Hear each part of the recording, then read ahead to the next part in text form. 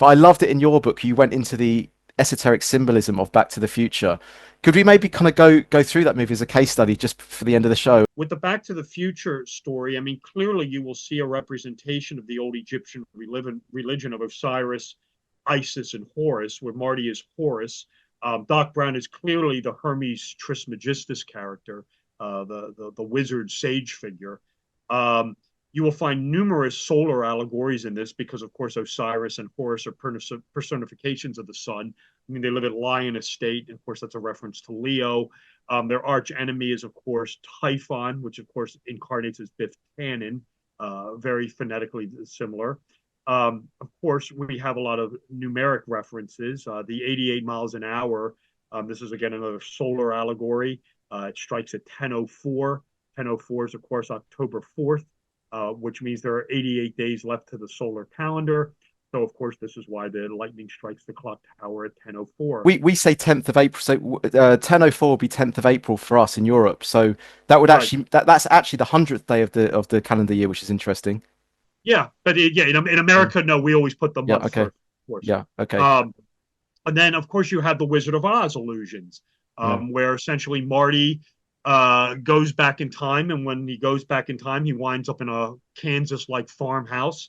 The Yes. first thing he, of course, encounters is a scarecrow, which is, of course, the first thing Dorothy encounters. It's her first Yes. traveler, where he essentially meets doppelgangers of all the people that he knew from his reality, which, of course, is what Dorothy does. And then, of course, like Dorothy, he winds up back at home in bed, not sure if what he just went through was a dream or not. Um, so yeah, loads of interesting things going on in Back to the Future. I mean, we have things foreshadowing all over the place. I mean, in part one, we have the what is it? It's the fortune teller building is of course behind him. It's called the Third Oh. Eye, and of course in part two that becomes Blast to the Past. So in 1985, it's the building is the Third Eye, which allows you to see the future. And in 2015, it is, of course, Blast to the Past, where it houses nothing but the past. Very interesting. You will see, of course, references to the Statler family. The movie opens up with an advertisement for Statler Toyota. And October is inventory time, so right now, Statler Toyota is making the best deals of the year on all 1985 model Toyotas. And of course, they're turn up all over the place. And of course, Marty McFly's Toyota comes from Statler Toyota, naturally. Um, Biff Tannen in part two, when they are in the alternate timeline where Biff has gone back and given himself the sports almanac. When Marty steps into the museum, Biff Tannen's wax figure is holding the horseshoe, the golden horseshoe for good luck. That's a foreshadowing to part three with the death of Doc Brown, where, of course, Doc is killed by his ancestor, Buford Tannen, for not shoeing a horse correctly. You owe me money, blacksmith. How do you figure? My horse threw a shoe. And seeing as you was the one that done the shoe, and I say that makes you responsible. In part two, you will notice Doc Brown is wearing a Hawaiian shirt featuring trains on it. And of course, this is foreshadowing part three, using the train as the device, as the time machine. Of course, that's interesting foreshadowing.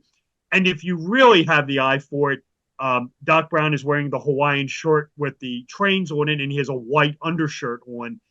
The white undershirt actually turns up in part three as his bandana when he's robbing the train, when he's hijacking Oh, the all right. train. Oh. But that's very almost impossible to see. Just references like that, backwards and forwards, all over the place, Yeah. to little allusions and things like that. I mean, one of the main ones that everyone is aware of now, it's no state secret, was when Marty goes to the shopping center at the beginning. It's the Twin Pines Mall. Yeah. And then when, of course, he goes back in time, he winds up on Old Man Peabody's farm. He kills one of the pine trees. So when he comes back in time, it's, of course, the Lone Pines Mall. The name of the shopping center has changed. And, of course, there is, and I'd have to pull this up on the screen, but there is some very interesting 9/11 allusions going on. I was always a little skeptical of these ones. Yeah, I wanted to ask you about that, Rob. Yeah. Yeah, Yes. but Yeah. but there is some interesting ones where you have 9/11 turning up with if you take the time on the shopping center and turn it upside down, I think it's 9/11, and then you have the whole thing with the World Trade Center in part two, kind of going into the ground. And then you have when he goes back in time with the Western Auto Parts, the little circle is making the number nine, and then the two fire trails are the 11 for 9/11. And then, of course, in 2015, which is where part two takes place, in the actual year 2015, Robert Zemeckis, who directed part two, made a movie called The Walk, which is, of course, about tightrope walker between the two World Trade Center buildings. That actually came out in 2015, which is, of course, the setting of Back to the Future Part Two.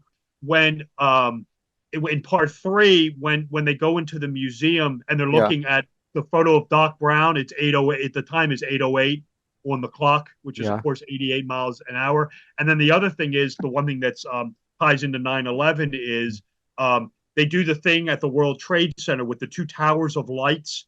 You remember this, where they turn the lights on where the old World Trade Center buildings were, and the lights project upwards.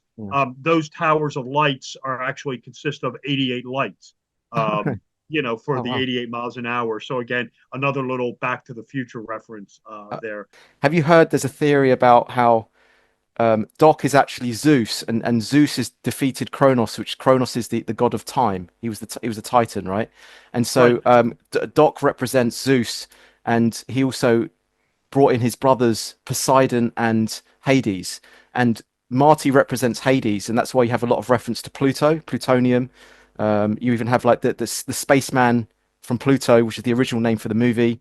Lots of talk about Right. Pluto referencing Hades, and then Poseidon obviously is the enchantment under the sea dance, and you actually see the statue of Poseidon at the end, and that's actually the watershed moment. Poseidon being the water god, the Olympian god of water, right, the sea, and then those three together they defeat time, and there's the lightning bolt of the tower. And then actually, when you see the two trails when Marty shoots off back to 1985, it actually creates the Pisces sign, and then it also creates the number nine, which is Sagittarius. And both of those signs, 12 Pisces and 9 Sagittarius, are ruled astrologically by Jupiter, which is maybe why we see Doc Brown celebrating victory in those two symbols.